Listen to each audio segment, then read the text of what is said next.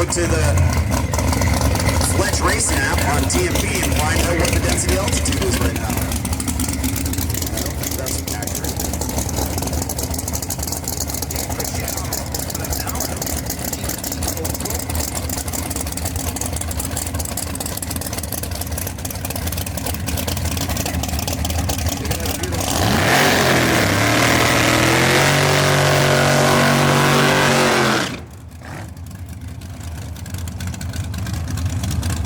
20 years ago when Larry come to the line, this little kid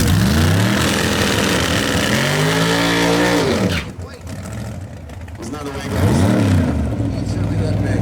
Scared me to death. Said it was 1,400. Oh, what the nitrous explosion on the starting line. Everybody check your head. Number 3 qualifiers, this brings to 424. Don't know if better than that of this pass is in the air quality of to reduce. This is sponsored by Napa Auto Parts. Stainless FD power. It's really cool 2007 Pontiac GTO.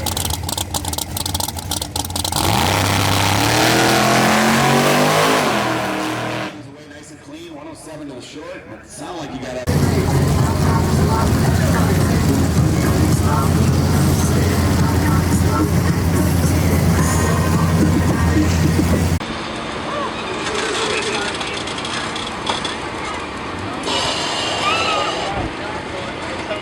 The first question about your amazing truck is how much horsepower is this car making? So this is 18,000 horsepower, 36,000 pounds of thrust with afterburner.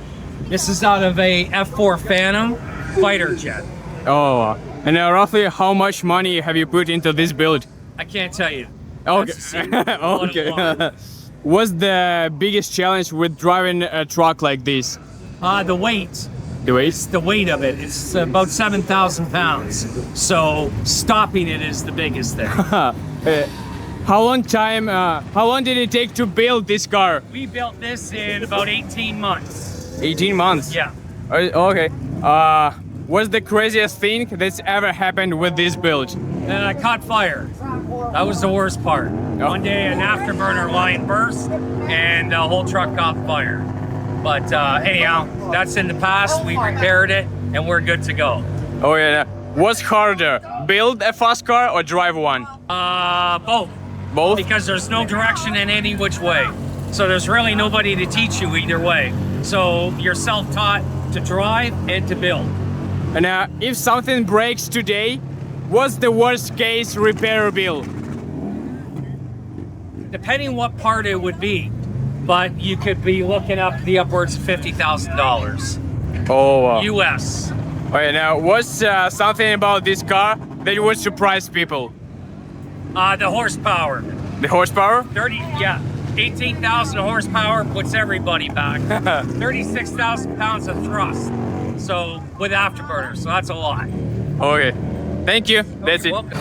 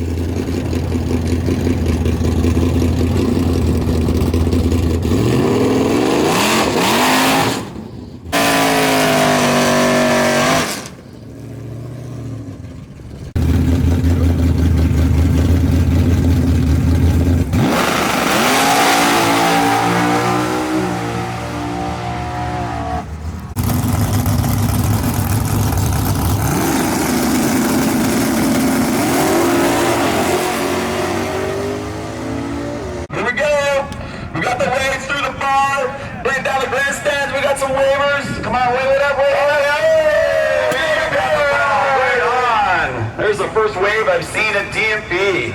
Yeah, me too. I've seen everything else. Now we've seen a wave. What else you got in your pocket, man? Let's see. We gotta save it, man. You can't bust it all out on the third qualifier.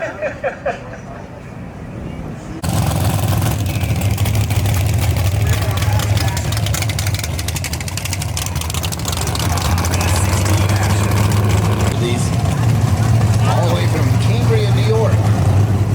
Rich in the number 5 spot with a 4:34.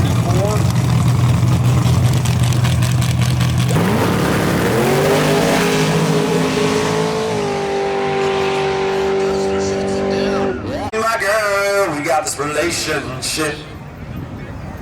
On the microphone with Ross and G. The people in the dance will agree that we qualify to represent the LBC. Me and Louis. Anywhere, actually. That the Super 8 or 8 millimeter stuff with no sound. Well, Bill and I would store it, put it on digital, and then announce it like we're watching it, you know.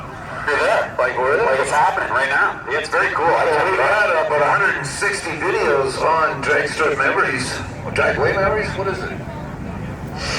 It's been so long. You got Dragway Memories.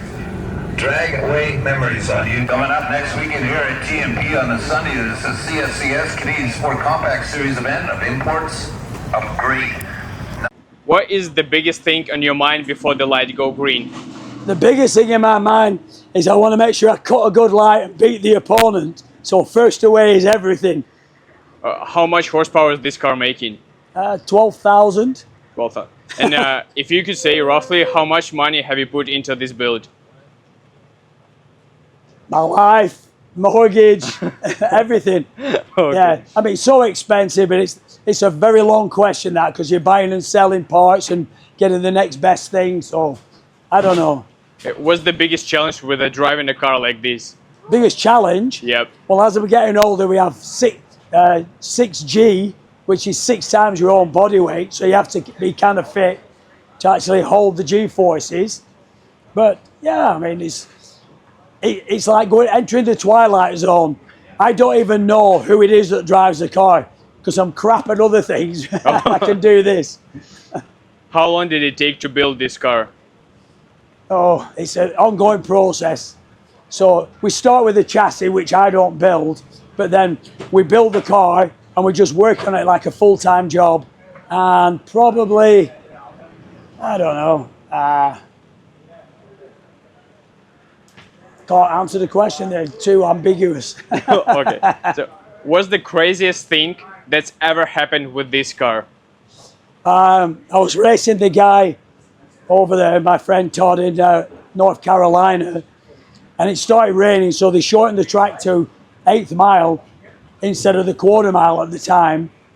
And when we did the 8th mile, Todd was ahead of me and I lifted and the throttle held wide open. So I was accelerating at rate fantastic, but I couldn't say anything because we focus on the finish line, the finish point, and drive to that point. Well, now I've already took my vision off, I've already done that, and now it's going so fast and hard, I can't see where I'm going. So I had to kind of guess where the middle of the track was, and it just accelerated and it wouldn't stop. So I've already pulled the chutes and tried shutting the fuel, everything off, and it wouldn't stop. So I thought I was going to die. And then all of a sudden, pulled my foot on the pedal, and I don't know if the engine blew up or whatever, but I got off out okay. That's really That's on YouTube to see that if you want to go on there. Smack Smith's Wild Ride, and then my funny interview after the Wild Ride. It's worth a watch. What's one thing most people do not understand about drag racing? Well, Top Fuel is like nothing else. Okay, we're dealing with explosives and bombs. So what most people don't understand is just how dangerous it is what we're doing, because I don't want to bore the people, but nitro decomposes under compression. So it's like the nitroglycerin family. So it's like me trying to take a hand grenade, throw it in a garbage can, put the lid on, and then hope the lid blows off and lands in the same square 150 times. That's how hard it is to do what we're doing. Okay. What advice would you give someone who wants to get into drag racing? You got to start slow, really. Try and understand what you're doing. I mean, there's people who've come from nothing to top fuel. But I've done it all. I started off with little street cars and just gone faster and faster. And I mean, your energy and your happiness and your ecstaticness all comes from, you know, like when I ran my first 14-second run after trying for a year with a streetish car, and then I finally did it and I kissed the cage, and the feeling of elation is just so high that even when I go 300 mile an hour, you can't get any higher than the most ecstatic feeling at the time, right? Oh. But of course, once you've done it, you're bored with it, so you want to go to the next thing. Do you still get nervous before a run?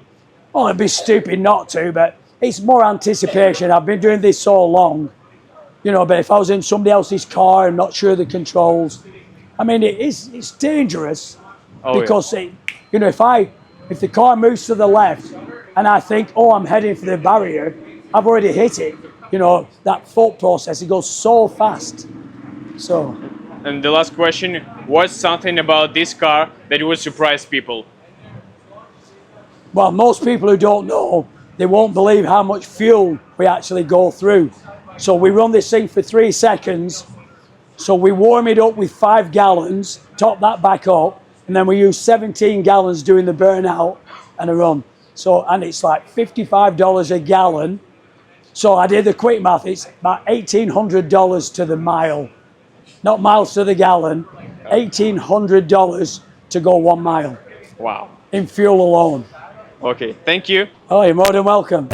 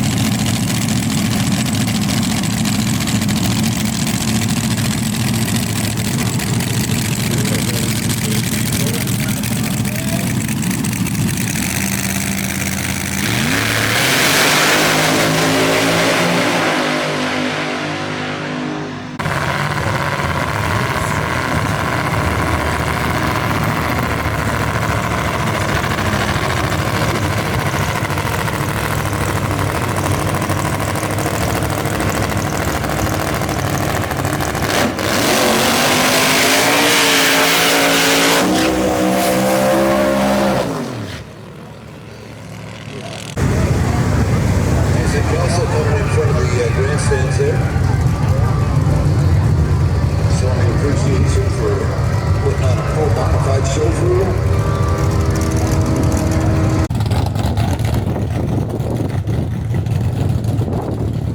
What's the biggest thing on your mind before the lights go green? Just concentration on keeping the car straight. Getting all the switches at the right time. It's kind of a precise thing, and to get it all together exactly. But it's just a focus of what you're about to do. How much horsepower is this car making? It's about 10,000 horsepower. Roughly how much money have you put into this build? I don't want anyone to ever know that. Oh, okay. It's lots. It's a lot. You can buy a house. Oh, all right. What's the biggest challenge with driving a car like this? Just getting enough experience to time in the seat. You getting used to it because it's not exactly like anything else you ever tried. It's one of a kind. And that's why these are only licensed to one particular person. How long did it take to build this car? I'm not the original builder. I've rebuilt it a bit. That took about a year. But I would think in most cars it would take a year, year and a half, maybe 2 years to build up from scratch. Or what's harder, build a fast car or drive one? How do you think? I would think they're equally challenging because they both take a lot of time investment. It's not necessarily something you can just throw money at because you have to invest your time in it. And that's a costly thing. Or what's one thing most people do not understand about the drag racing? You have to come in and experience for yourself. Until you've actually been here at the track, you'll never understand it. You can't replicate that on television, on YouTube, as much as you like to. We have terraforming people. That's why you touch in the suits to really understand it, got behavior and experience. And we're all still learning. Doesn't matter how long you've been here. It's always something new coming along. New classes, new vehicles, new engines, new technology. It's constantly changing. So it's a place of education, really. Or what advice would you give someone who wants to get into the drag racing? Come out and experience it. Come and get a thrill. Or do you still get nervous before I run? No, I'm not nervous. No? Sort of a sense of anticipation, maybe. I'm not nervous or scared or Just sort of expecting the adrenaline to come on when I hit the switch. And what's something about this car that would surprise people? Well, probably the amount of G-force when it actually launches. It's probably 4, maybe a little higher some days. And then when we have to stop at the other end and pull parachutes, it's has the negative of probably 5, 6, sometimes 4, depending on how the chute's open. It's quite the slam on the body. Okay. Okay, thank you.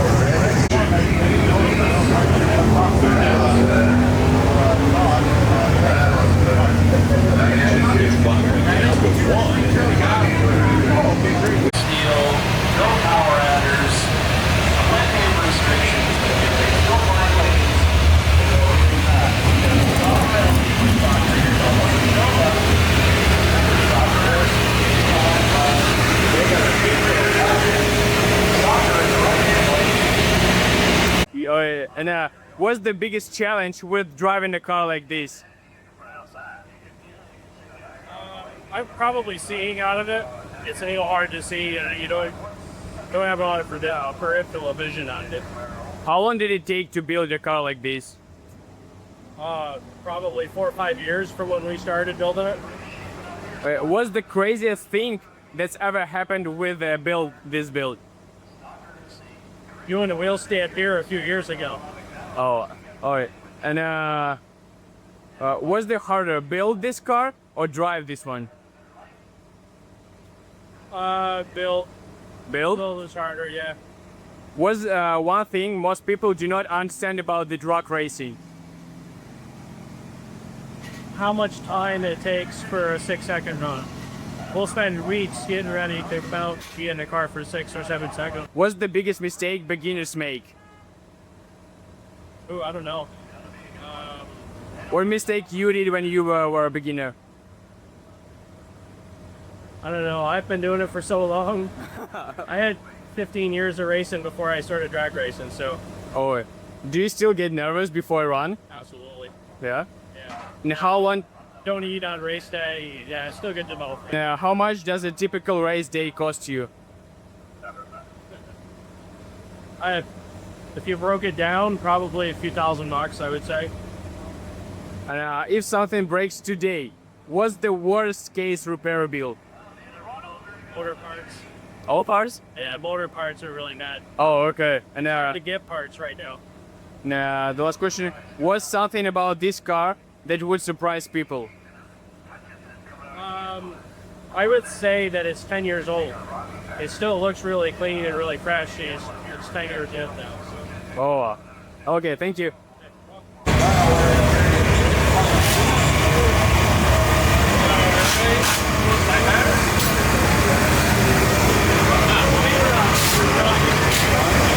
Sorry.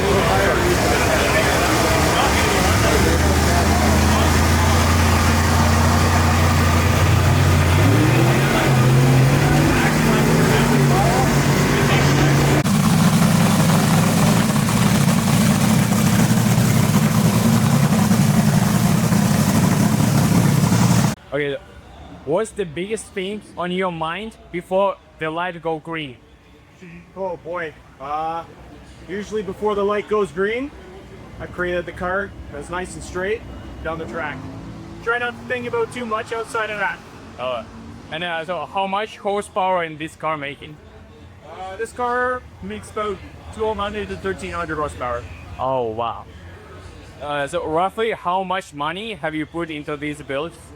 Oh boy, I wouldn't even know that. It's more time than money. Oh, what? Yeah. So it's What's the biggest challenge with driving a car like this? biggest challenge to this car is we are currently, because of our class spec, we have to frame and suspension system from the nostalgia days. So the 1950s, the 1960s. So these cars don't have A-frame drum suspension, much like the Pro modifieds they have today.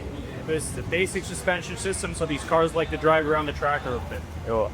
How long time did it take to build this car? This car has been in production for close to 5 to 7 years. What's the hardest part? Build car or drive? Build the car. Build the car? Yeah. Do you still get nervous before a run? Absolutely. Yeah. Yeah, these cars, they can get a little bit scary and a little hairy as well, so you always try.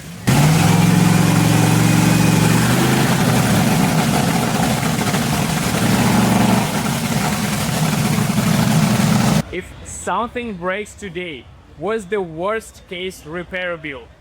So the motor. Motor? And what's something about this car that would surprise people? How fast these cars go is very surprising. They have a short wheelbase. They're higher off the ground than most cars you see out there today. They make a shit ton of horsepower. So that's kind of the surprising part. They don't realize how fast these cars go, and then we shoot them down the track in under 5 seconds or get surprised. What's the maximum speed you drive? The fastest, the speed you've gone is 149 miles an hour. Okay, thank you so much. Thank you so much. So, there are a couple questions about your experience. You have raced some incredible cars. And now, which one gave you the biggest smile every time you drove it? Probably a BMW M1 factory car.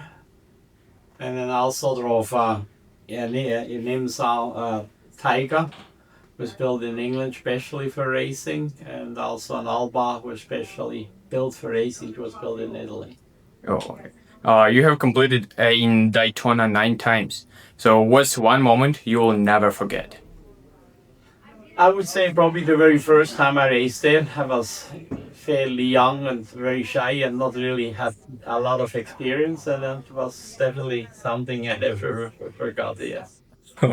So, what's the biggest lesson racing taught you about life? Probably one of the first years when I ran the Daytona 24 hours.